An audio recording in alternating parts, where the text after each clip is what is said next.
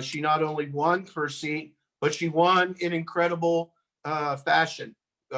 Veronica won her race by the largest margin of anyone that had ever won a council race in the city of Greencastle. I would point out that Veronica is also working with our campaign here in the 4th. We're very glad to have you this evening, Veronica. Full disclosure. Yeah. Very welcome. Also with us this evening is my friend, Thomasina Marsili. Thomasina is the congressional candidate in the 8th district. I've never known Thomasina not to have something important to say. And quite often she's well worth listening to. Also joining us tonight is Mr. Rick Sutton, president of the Indiana Stonewall Democrats. Rick is quite active around the state. He has served on two committees, I believe, for 2 different governors. He led the charge to repeal REFRA. He is a voice of ration and reason, and we're so glad to have you tonight with us, Rick. If I might, I'm going to start with you, Veronica. Certainly. Can you tell us a little bit about yourself? I want to talk about your political race, so you take the stage. So I am not a Hoosier native. I was born in the Chicago area, but as soon as I finished my college career, after my twin sons turned age 2, we moved to the region. And then about 10 years later, we moved down from the Valparaiso area down to Greencastle, so that I had a job offering down here that was too good to refuse at DePaul. My background, like I mentioned, I'm a parent. I'm an educator. I come from a long line of teachers. My mother was a public school math teacher. One of my twin sons, both of them attended Purdue, but one of them, after finishing up at Purdue, became a public school math teacher himself. And my other son, Joe, studied mechanical engineering, and he still applies those things in the design engineering work that he does. Here in Greencastle, I've been involved in the community on a number of levels, but the part of the reason that I'm here in the room is because I happen to be an out transgender woman. I did make my transition here in Greencastle, found a welcoming community around me when I did so, and immersed myself in the community in many ways, on both sides of the town-gown equation. In particular, I got involved in my church community here at Gobin Church, the local Methodist establishment, and played piano for that church for a number of years during the summers.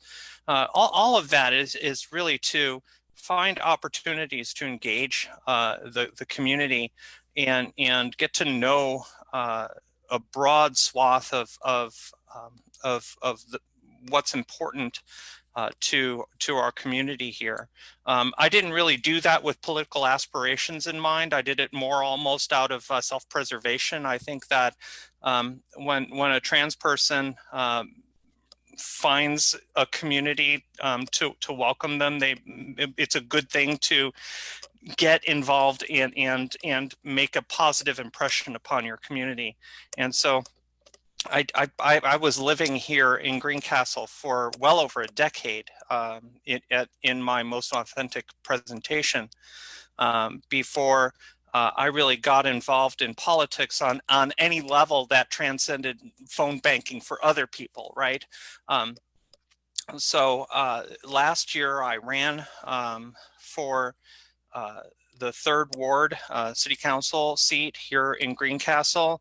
The long-holding incumbent of that seat, unfortunately, had been diagnosed with cancer and decided not to reseek the office. And so after getting to know him and getting to know what the community found valuable in his pragmatism, I was pleased to take the opportunity to fill that seat. I did face a challenge in my campaign. It did get ugly at times. It involved what we refer to in the community as dead naming, which is bringing up a trans person's past.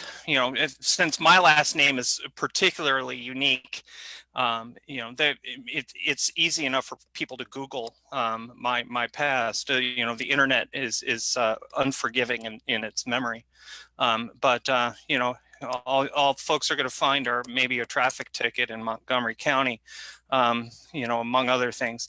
I have no regrets about my past, and I'm very excited for the future. I didn't run for city council in Greencastle because I'm trans, but I think it's really important that representation from our community and for our community exists all across the LGBTQ plus spectrum. And I think I've probably gone well beyond your little hourglass timer there, but I'm delighted to be part of this community, and I'm proud to call it my home. There's a timer? Please. The hourglass timer, folks, is for me. Courtesy of a gift from my campaign staff. Veronica, you threw away the campaign playbook in a matter of speaking, and you literally went out and knocked on all the doors in your ward. I remember coming down and actually going out with you. And I so appreciate you going out with me on Sundays to do some door knocking. I would have walked to Greencastle to go out with you and knock on doors. But I witnessed, because obviously Greencastle is very red. It's a very red district. Congressman Jim Baird is from Putnam County. But I witnessed Republicans say, well, I know you. I go and watch your band play, or don't you teach music over here at DePaul? And what I saw was a transition in them to, yep. You weren't just a name out there on the internet. You were a real breathing, living human being talking to them. And to win by the margin you did, a great many of those Republicans had to cross over and cast a vote for you. It was 2-1. So, yeah. Yeah. Yes. And congratulations on your victory. Your victory was a victory for all of us. It was a victory for Indiana. And I mean, without exaggeration, I think you are a hero. Well, and the last thing I'll say, just off related to that campaign in particular, is that I wasn't doing it just for me in terms of representation too. I got other people involved because of their skin in this game, so to speak. One of my most important allies and advocates during the campaign happens to be a parent of a trans child who had recently made a transition in their school. And so we're in this together, right? Because I'm there for the next generation, and hopefully the next generation isn't going to have it so crazy.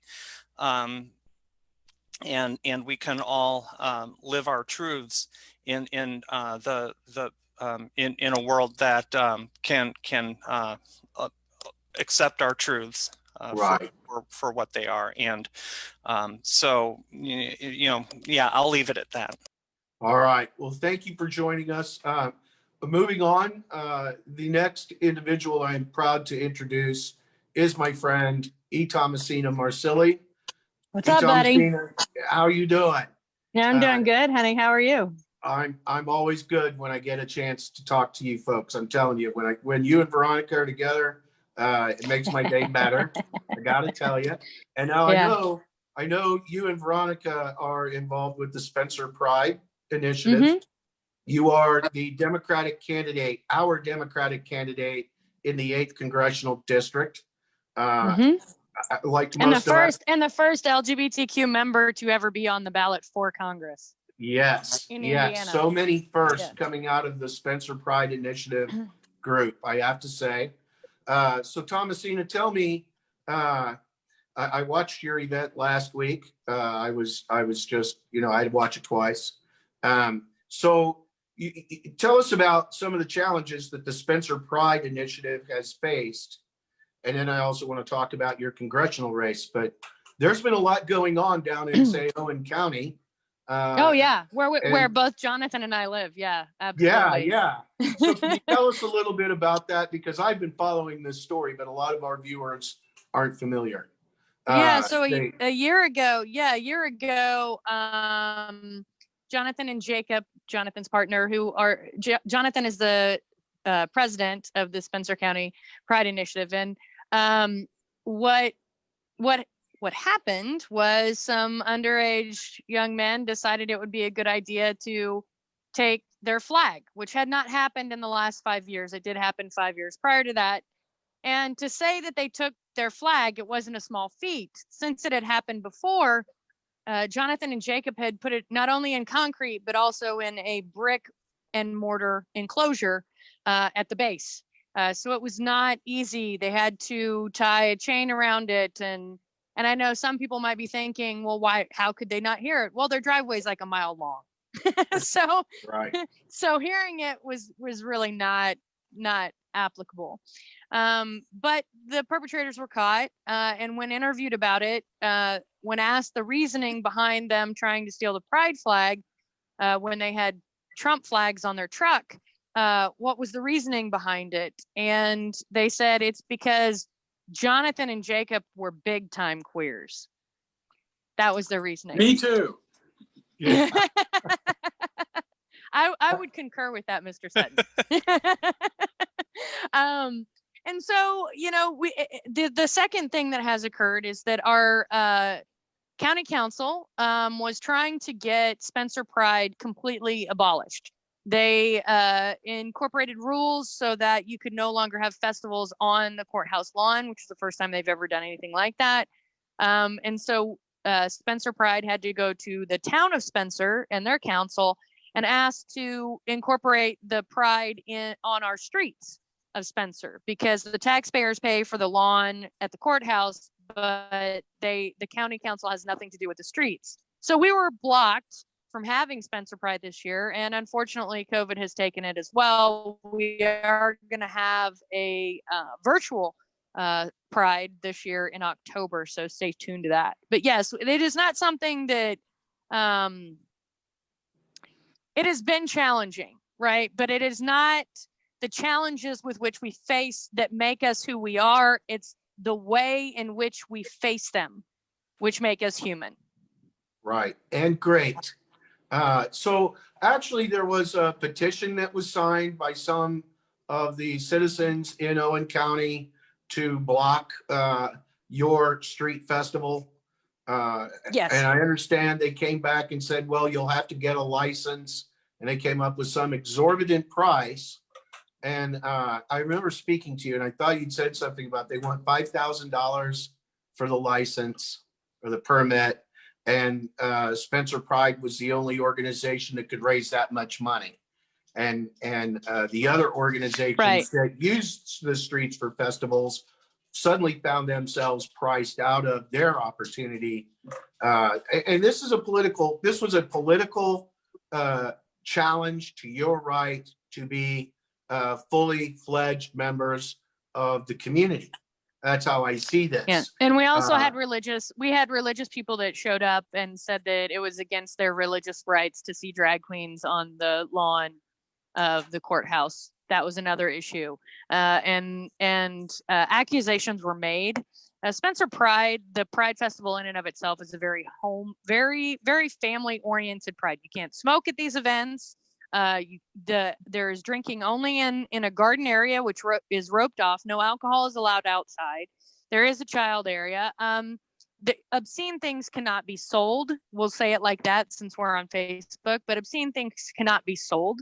And accusations were made that were so outlandish and were completely against everything that Spencer Pride stands for and would not have been tolerated from their vendors nor the people who were chaperoning the event. Right. So flash forward a year and Thomasina wakes up and says, I'm running for Congress. Tell us about that. How did your wife handle that? Was Janet involved?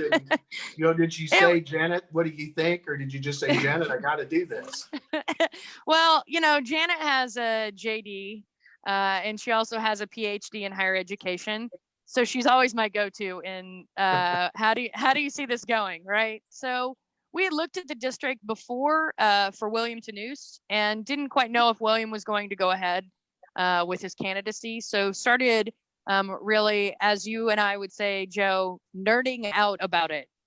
We started running. We started running the numbers. We started looking at probability. We started looking at the environment and what type of candidate the people were really asking for, right? And in checking all of those boxes, I had every single one. And looking at our probability and where we needed the votes from, it's where I was born, it's where I was raised. And that's what the constituents were asking for. Someone who was born here, someone who was raised. They didn't care what party you were from. And as a matter of fact, just a couple of hours ago, I had another Republican that posted, "I'm a Republican and I'm voting for Thomasina, and this is why." Right? Right. And it comes down to the independence of the voter in Indiana and how they see the candidate, right? And so yeah, we studied this we'd been studying this for a year and a half, wanting to help William. And when his decision came down that he was not going to run, I started putting my feelers out there, seeing what kind of support we would get from those constituents, seeing if I was the candidate that they really wanted. And after getting a resounding support, endorsements from counties that I grew up in and grew up around, and then also being welcomed by Evansville, it was a no-brainer. It was time for us to jump in. The EMS and me just said, "You got to do this. It's now or never." And you actually in the primary received endorsements from some of the local newspapers, if I'm not mistaken. Did not Sullivan County newspaper endorsed your candidacy? It is not often that the newspapers endorse Democrats. That was pretty exciting. It was, because when I went and looked at it, I thought, wow, she's like rocking it down there. So. Yeah, well, and it's a whole different, it's a Birch Bayh way of campaigning. It's a Frank O'Bannon way of campaigning. And as a matter of fact, Janet and I just studied their playbook, and, Rick was a part of that as well. So we studied that playbook, and I, leaned into my mentors, and I said, is this possible? And the over-resounding question, and I think Mr. Sutton asked me this himself, was, it's not whether it's possible or not, it's whether you can live with not running. Yes. And, I say that if we have something to say, we have a moral obligation to stand up and say it, because that can be far more important in times like this than winning. Right. So, and I know you have been out there a long time. You are a mover and a shaker as well. You are engaged, and thank you for joining us tonight. I want to move on. Thank you for Rick having Sutton. me, brother. Oh, I couldn't do this without you. I wouldn't do it without you. Rick Sutton. Rick is the president of the Indiana Stonewall Democrats. He resides in the 7th District. He has served in party and campaign positions. He is a member of the IDP Executive Committee. He has been past executive director of the Indiana Equality, and he served as an organization president and CEO of Freedom Indiana. And I want to come back to this, Rick, because I think the first time I heard your name was shortly after Governor Pence signed REFRA. And I know that you were involved in getting that law repealed. Can you talk to us a little bit about some of your experience with party government and battling legislation? Well, thanks, Joe. I just realized that this lineup here is about 5% of our delegation to the National Convention. So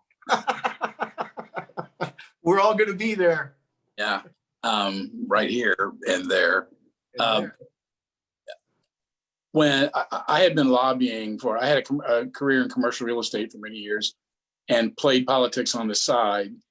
And about 10 years ago, I decided to stop doing commercial real estate because it was killing me, and got into advocacy and went to work for Indiana Equality, and then formed Freedom Indiana right after we won the right for marriage here, which was a constitutional amendment and tough. we finally had the support of corporations and trusted leaders from around the country. I had fought that battle with allies for many years without money. Then we fought it with money, and with is better. So we were able to beat that back. We were ready to go to the ballot if we had to. We won in the legislature. I spent a lot of time at the State House and decided, we needed to keep fighting there because we needed bias crimes legislation and a lot of other things. The next year, the people who had, it was just 2015, I believe, the people who we had beaten on the marriage fight were very bitter, and they came back with the Religious Freedom Restoration Act. And it's, first of all, it's misnamed. Secondly, our governor felt the need to give them something because they had lost the year prior. So that got pushed through, even though we yelled pretty loudly. And the signing picture from that bill is right out of Central Casting and shall live in infamy. The governor standing there with a cast of bigots, including barefooted monks, everything that you don't want to see, but you kind of do want to see because you want to peek at the wreck, it's right around the corner. And then the crap storm hit, and the national media just trashed Indiana for a good 7, 8, 9, 10 days. And the governor pulled back only when he had to. And the only reason he did was because the Final Four was headed here, and the president of the NCAA called me, and we had tried to get them involved in the marriage fight. They wouldn't do it. He called and said, I said, so tell me why you want to help now. And here's what he said: pull up the Human Rights Campaign's sponsor page. And I did. He said, read those off. I did. And he said, that's the same sponsors I have. It's Buick, it's American Airlines, it's all these companies that are saying we cannot be condoning that kind of behavior. It's bad corporate policy. It's bad for employment policy. They realized that young and talented people would not come or stay in a state where that kind of hatred was tolerated. So they felt compelled to jump in. A lot of people jumped in. I'm going to write a book someday about the stories of that 8 or 9 days because it's really fascinating. But we were able to beat them back a little bit, not a lot. We got it reversed, but it's still a Republican monstrosity. So that's kept me going for the last several years. And then my work with Stonewall and the state party has been ongoing for a long time. These two ladies are perfect examples of why we do this work at the foundational level, because you build a bench of candidates. And I've always said today's city council candidate is tomorrow's congressional candidate or Senate candidate or gubernatorial candidate. And if we do this and we build the foundational pieces correctly, even if a candidate loses, he or she has the experiences that lead them to another level. And I was so happy when Veronica broke that. I don't know whether I would call it a ceiling of some kind. Oh, it was a ceiling, yeah. And this year we have 2 out lesbian candidates for Congress in the state, which is just beyond incredible. This is Indiana, and I participate in a national LGBT leadership call once a month. It's left over from the marriage fight, but it's still a lot of people in a lot of places. They were stunned about Veronica's victory, and they were stunned about 2 out lesbian candidates for Congress in Indiana. And I guarantee you there are thousands of young men and women and young transgender Hoosiers who look at these things and say, I can do that too. And that was not possible a year and a half ago. We must never discount what these candidacies do for the people who are watching, who think they have no hope. You've got to give them hope. Well, and quite literally, it is. Hope and hate. But yeah, and by the way, that's why I use hope and hate. Because that's the one. I speed that up for you just. Yeah. I appreciate that, Rick. That is exactly why I use the hope slogan. First of all, my district is in the 8th district, right? But if you say in8 really quickly, it means within yourself. That's right. So right. So when we have hope within ourselves, we can do anything. About 4 or 5 years ago, I would say, before we won the marriage fight, 80% of my phone calls that I got from around the state as a leader in this movement were from young people scared, scared to come out, scared to be who they were. And that doesn't happen all that much anymore. So progress helps. And right now, real quickly, what Stonewall is doing is we're recruiting and retaining and trying our best to make sure candidates are teed up properly. Last year, we endorsed, I want to say 16 or 17 candidates around the state for municipal offices, and 13 of them won, including a whole new caucus in the Indianapolis City County Council, and other candidates around the state. We're halfway through an endorsement process for this year. We'll finish it actually tomorrow night at our board meeting, where we're going to endorse candidates from all over the state. And Joe's in that group this year already. There will be others tomorrow night. I think it's important for us to tell the state, these are people we've been put through an interview process. We have a high degree of faith in them. We believe they will represent all of us well. And a good chunk of our support comes from allies, straight allies who say, like Joe, who say, we have got to be elected to these positions so that this kind of discrimination we've seen in the past does not happen. And young people are thrilled to be who they are, their authentic selves. So at all levels, state, last year, municipal, state, and federal, we have a heavy emphasis this year on state house races, because if we break that supermajority, we will affect maps for the next 10 years. But Joe stepped up and said, and Thomasina stepped up and said, and Pat Hackett has stepped up and said, we will vigorously support the Equality Act. So we asked those tough questions. And I can tell you, a few years ago, no candidate from your districts would have said that. Joe, my first political job was for Floyd Fithian in what is now most of your district. And I adored Floyd, but he would never have said that. No. It's a different. By the way, here's a question for you. Has anyone said to you, you're supported by Stonewall? Are you really for that? Come after you because of what you have told us? No, I have not. I have not had that first criticism for earning your support. And I'll tell you this, Rick, what rural Republicans are talking to me about is, Joe, what's going to happen when we lose if they kill the ACA? I lose my health care insurance. They want to talk to me about the fact that the way that the funding program has been set up, their schools in the rural areas are being defunded. They want to talk about the fact that their volunteer fire departments are under-equipped, understaffed, and undertrained, and need some infusion. They want to talk about frontline healthcare. That not a one of them has come to me and said, how could you take an endorsement from the Stonewall down? It's not even on the radar, which I think by and large is a result of the work that the Stonewall Democrats have done to date, and the work that they are doing to get remarkable souls elected to public office. Suddenly, you're always going to have that group, I think, Rick, that will never like you. But I got some advice from Sheila Klinker, who is the longest serving public servant in the state of Indiana. And she's right here in my hometown of Lafayette. And she said, Joe, you're always going to have people that don't like you. You can't worry about them. You got to worry about the people who are talking to you about their problems. They're the ones you need to listen to. Wise Sheila's advice. right. But Sheila's first campaign was 1982, the year I worked for Floyd. And I would be remiss if I didn't point out that one of the things that my experiences have brought me to was this year when the gubernatorial campaign got geared up. A dear friend of mine was asked if she would run for lieutenant governor, and she said only if Rick will help. So I was able to step up and help my good friend Linda Lawson.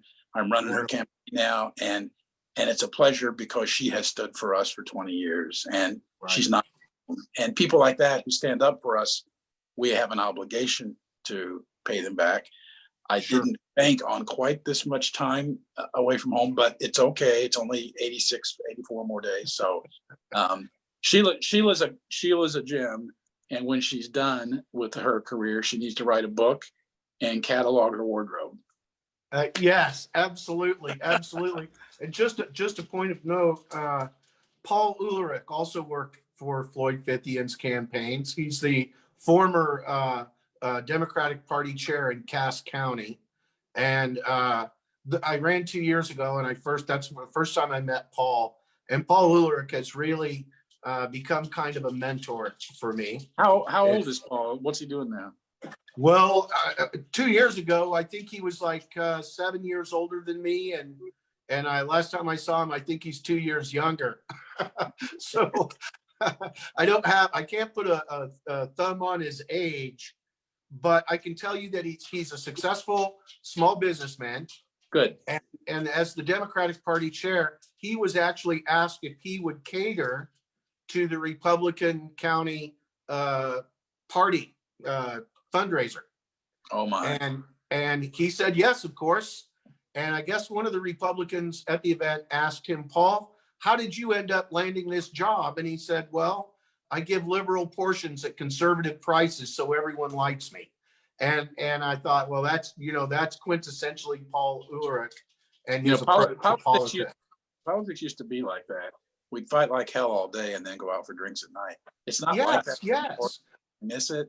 But one of the reasons it's like that is because the Republicans in the state house have been able to draw districts for 30 years that are so disproportionately representative that we're shut out in a lot of cases. Indiana's Democratic baseline vote is generally around 42 to 45%. In the Indiana Senate, we have 10 of 50. That's 20%.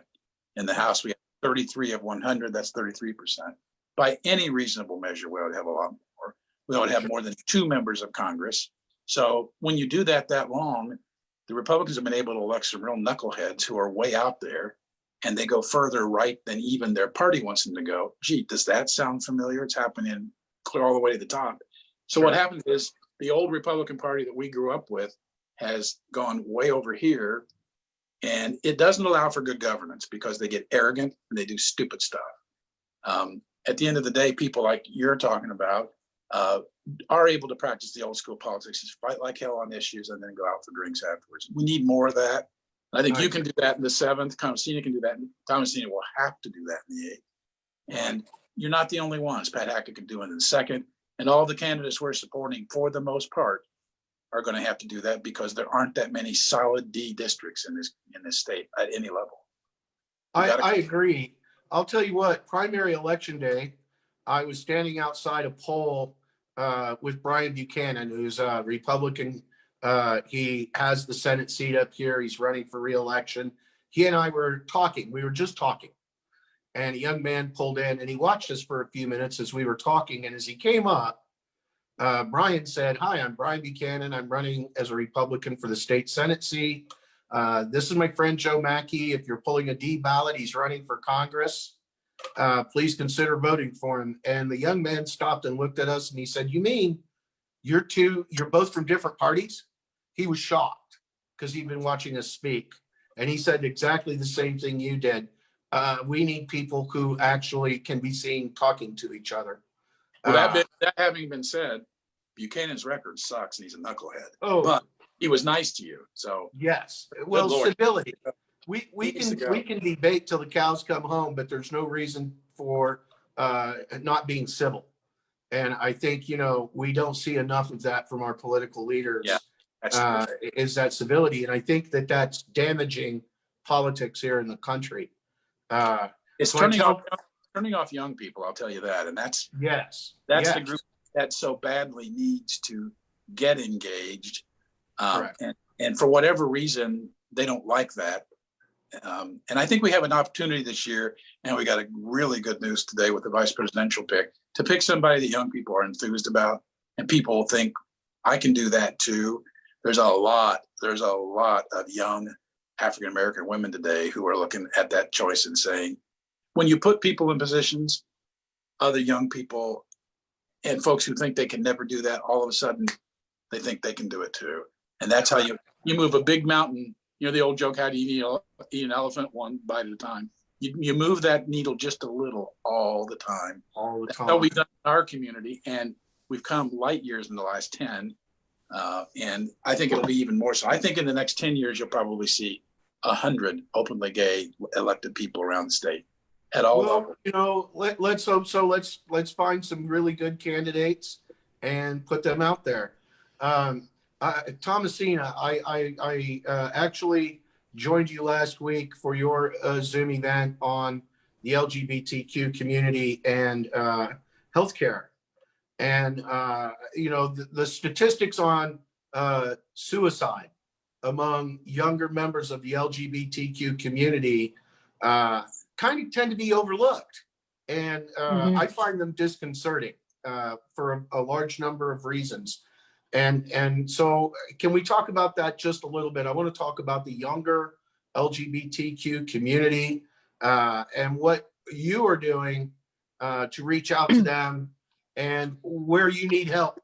Where can the government act as a bridge, if you will? Right. I'm putting that out there for everybody. Yeah, well, and I was going to say, you probably want to bring Veronica in on this as well. Hopefully we can do some split screen here. Veronica, do you want to go first on that? Because that's kind of one of your big key points on the outreach that you do. Not that, I mean, we both do that because we both have children, right? And not even if we didn't have children, we get to a point where the world becomes our children. And seeing any child suffer is just broken, right? Go ahead, Veronica. Yeah, I mean, when children of any color of the rainbow find themselves not finding acceptance in their schools, finding acceptance in their communities, a path of desperation happens, and the suicide rates amongst queer youth are no joke. It's so important that at every level we try to uplift the anti-bullying rules in school boards, the anti-bullying laws that can get passed in state houses, and all the way up to passing the Equality Act that Rick had mentioned before, and I hope that both you, Joe, and Thomasina get an opportunity to vote on come next year as our hopeful president of the next term promises to do that as his first order of business and bring that to the floor. Leading by example and providing representation in places of leadership is so essential, and Thomasina's mentioned that as well, and Rick mentioned that with Kamala Harris. It's not just about queer youth, it's about all youth, and uplifting everybody to be who they are and the most authentic representations of themselves. I'll throw the baton back at Thomasina here. Sure. So there's a couple of things that Spencer Pride does to help out youth. They have the Iris youth group, which meets and every year, minus COVID, they have had prom for children in high school and beyond. And so that's one way that they provide belonging. They have a Unity area. They have a gathering space in between the Unity area and the store where it's free Wi-Fi. Kids can come and just hang out. And youth from across that southern belt of Indiana, several have gotten prescriptions from their psychologist to come and visit for 1 hour, 3 times a week, to feel normal for 3 hours a week, right? So minus the COVID, and that has set us back. The other thing that we are trying to do is put together an out care plan so that anyone across the state of Indiana, did I lose you on that, or did you guys catch that one? Anybody around the state of Indiana can still can find out the best places to get care from different physicians, different psychiatrists, different psychologists, and counseling centers. And the reason why this is important, I vehemently remember in the 80s having personal knowledge of people who are going through conversion therapy. And I won't go into details on the horrific child abuse that it is. But it is massively important to understand what providers are okay and what providers are not. Because if we don't understand who we're sending our children to, we may not believe in conversion therapy, but they may be trying to do that in those settings. That's the first. The second is conversion therapy is the worst child abuse that is allowed in the United States. It is allowed to do things that you could not even do to your child as a form of punishment in order to, quote, convert them back to being straight. And ne'er have I ever seen a program that converts straight children to gay. So if it is not an equal pace across the board, then it must not be good for humanity. This has been outlawed by the American Psychological Association since 1982, and it is not allowed in any psychological practice where you will lose your clinician's license. So it is one of my first duties as a congresswoman to abolish it across all 50 states. I'll tell you what, Thomasina, I will sign on as a co-sponsor. I will, right as you speak, we'll get that done. It absolutely must be outlawed. We must protect our children from what I consider barbaric means of addressing mental health care. We need to stop that stigma of viewing members of the LGBTQ community as some form of mental illness, which is the justification for this. It's not a mental illness. The people who hate the LGBT community suffer a mental illness. They need treatment. Maybe we can convert them. But you're absolutely right. It must stop. So I'm looking around the state of Indiana. And of course, was it a month ago, we had a young Black man down here in Monroe County who was assaulted and assailed. We're seeing assaults. Are you seeing assaults rise, attacks on the LGBT community, or is it just more generic? We had a case. We just recently had a case in the last week or so. I think it was 2.5 weeks ago, where a gentleman attacked a woman who was openly out, a lesbian, in Evansville, and sent her to the hospital. Drug her out of her car and on concrete. I mean, it was a brutal attack. He was taken in and booked, and there was a $500 bond that was originally placed, and that was reduced to $50. And this is a person who has repeatedly attacked women, not just women of our community, but women in general. And for $50, he went free and was able to do it again that night, right? So it's not just an attack. You know, and in Vox's case, I know Vox, in Vox's case, in Monroe County, they didn't even bring charges against. They had video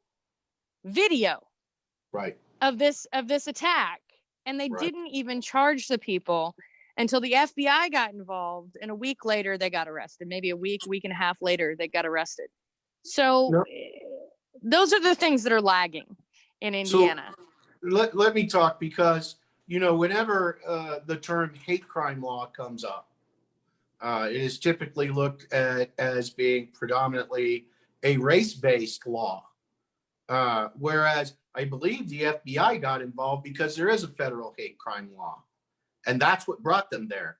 Indiana, the hate crime law they created, it looks like a piece of Swiss cheese. So it kind of leaves it up to the judicial branch to determine whether you committed a hate crime or not. There's no real clear law, no clear definition. And so we're seeing these attacks, and we don't get the coverage, I think, on these that we should. I don't think there's a fairness in the press to cover these kinds of stories, because I know conservatives who are outraged by what happened to Vox in Monroe County. I know conservatives who would be outraged at what happened to this woman you're speaking of. I know conservatives who are outraged because we did not take the mental health care dollars afforded us through the ACA. We were actually told by then Governor Mike Pence, if people go to church, they don't need mental health care. And so now we come back to, we still have conversion therapy going on. We lack mental health care on a very broad scale. So, you know, we're not only talking about suicides among younger members of the LGBT community, we're talking about suicides among farmers. You and I are both running in rural areas, and we know the suicide rates are up. This is disconcerting. So I want to jump back to Rick real quick and talk about possibly, are we going to get another push for a renewed effort, if you will, on the hate crimes law? Not without a pretty substantial change in the Senate Republican caucus. I'm not, when asked about that, and when a large group of people gets together to try to push this, I always end up there at that table. And I've told that group, that includes a lot of well-meaning allies, our community can't take a hit again. If we don't have a good chance to pass, just leave it alone, because it's insane. The Senate Republican caucus, let's be real clear about this, going back at least 15 years on this exact issue, is scared of the transgender piece of this. That's all that stops it. So, and there are 40 of them, and a good chunk of them, including the senator you previously mentioned, are scared to death of that piece of it. Absent that, it would pass. And 2 out of the last 4 times, 3 times it's been tried, direct offers were made to exempt the transgender community from the legislation, and those of us who believe differently had to pound on the table to say no, it's all or nothing. So no, I think there won't be, and I think if there is, I would oppose it, just because it's not worth it. If you can't get to 20 or 22 in the Senate, and they can't get past 10 to 12, and that's the Democrats and maybe 1 or 2 legit Republicans who want to move the issue. I think it would pass the House today, as the House sits today. It would be very close, and particularly with a brand new speaker, whom we kind of hope to defeat in about 80 days. But whether he's there or not, I think there are 51 votes in the House to get it through with full inclusive language. There's nowhere near that in the Senate. So why continue to do this? It's like smacking your hand with a hammer, because it feels good when you stop. Is it one of those that, I mean, how do you keep the issue alive until you can get, you know, obviously if we stop pushing for it, it withers and dies on the vine. People forget about it. Is it something that we should be throwing out there on a case like, hey, you still haven't given us a real hate crimes law? One thing we can do is encourage, here's what the Republicans in the Senate say, including Senator Buchanan. It doesn't really happen that much, so why do you need it? One thing we can encourage local police departments, Veronica, you should ask your police department, do they currently use the full FBI reporting statistics forms that include this, so we can start to document it when it happens? The last time I checked, of the 200 and some police departments in the state, 17 fully reported. So if we would push our local police departments, and one of the reasons we try to elect local candidates is to help them push at the local level. Let's gather some data so we can show those senators it is happening. It's not being reported, and we need it because there are more cases occurring than you even know. So I would encourage everyone listening here to contact your local city councilors and ask them, would you please ask our city or town police department, when those incidents occur, are you properly reporting them? Are they simple assaults or are they hate-based assaults?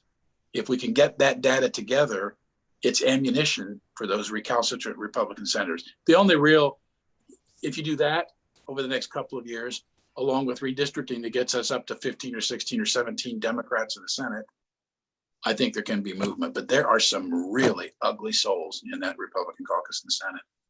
Well, and you know, we had an incident here just a couple of weeks ago where Senator Rod Bray displayed a photograph of the Constitution and his gun.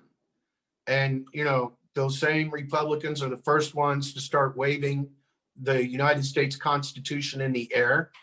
But it's only the Constitution as they wish to apply it.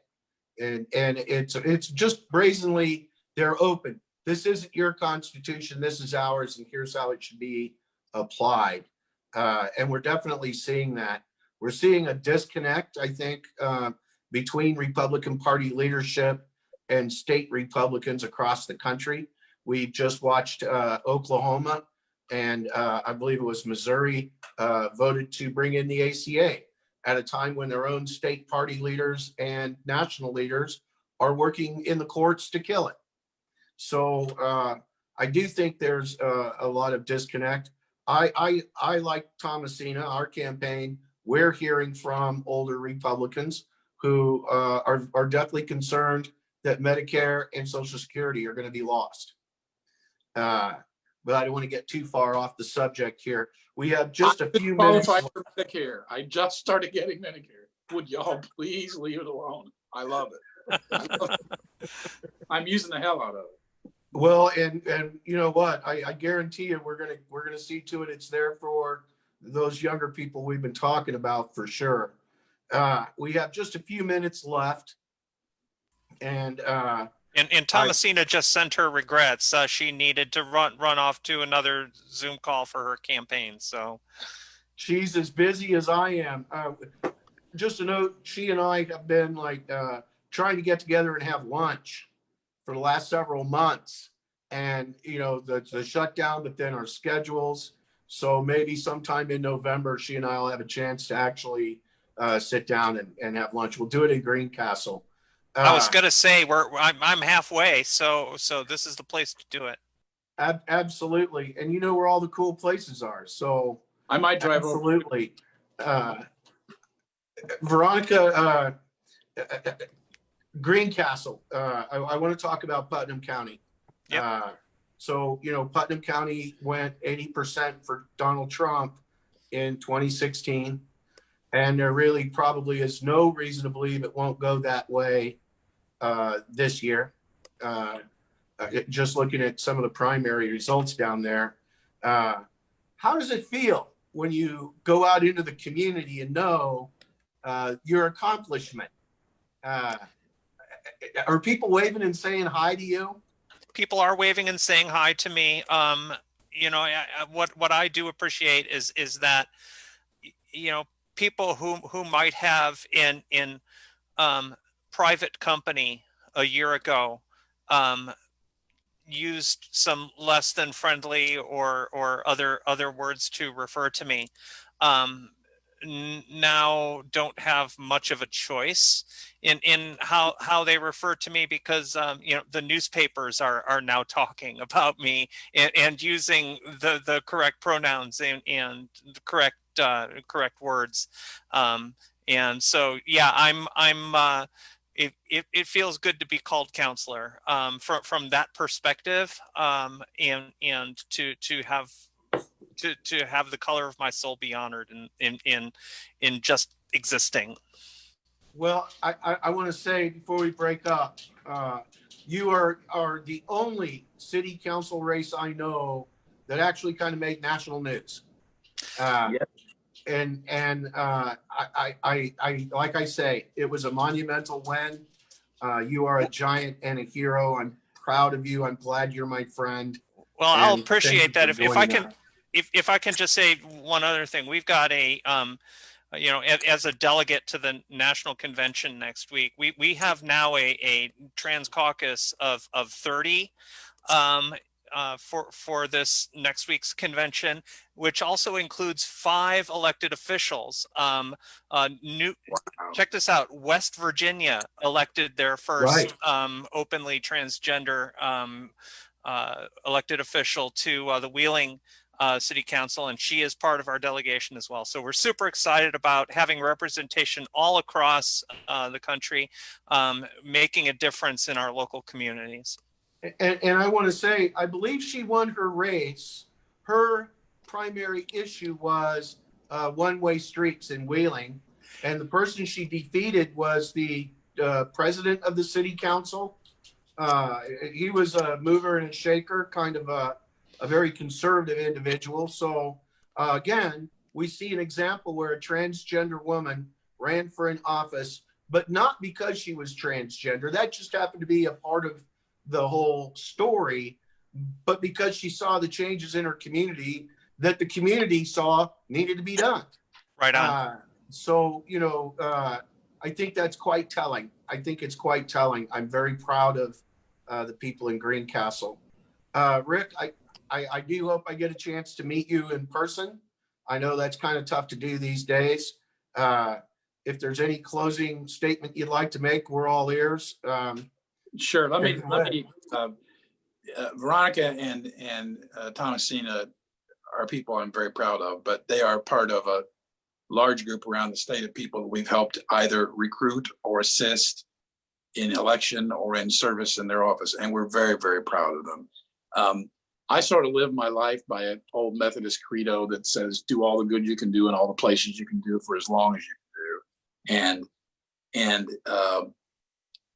Stonewall has tried to do that very hard, and we're not going to stop. So is the Indiana Democratic Party. Read that platform. It's incredible. It's a document. Right. Make this state very, very proud if we could enact it. So please, to all who are listening, do your best. Go out and vote straight Democratic as soon as you can. Run, don't walk. And we'll get this done. This is going to, every time that I think somebody talked about huge disadvantages and margins against us. If you cut the margin in Putnam County, you help the statewide ticket. And my friend Linda Lawson will be your lieutenant governor presiding over the Senate. Wouldn't that be something? They don't know what they're in for with that. I'll tell you that right now. I agree. All right, folks, thank you so much for taking the time to join me. I appreciate it. Veronica, I hope to get down and see you very soon. Indeed. Rick, best of luck in the future. You know where I am if you want to reach out. If you think I'm not saying something that you think I should be, if I'm not speaking to the subject the right way, get a hold of me, let me know. I'm the youngest debate. I have very thick skin. And my campaign manager will tell you I'm capable of changing my ways. Thank Have you. a good night, folks. Awesome. Thank you, Joe. Thank you, Joe. I got to go to another Zoom too. Thanks. Have a good evening, everyone.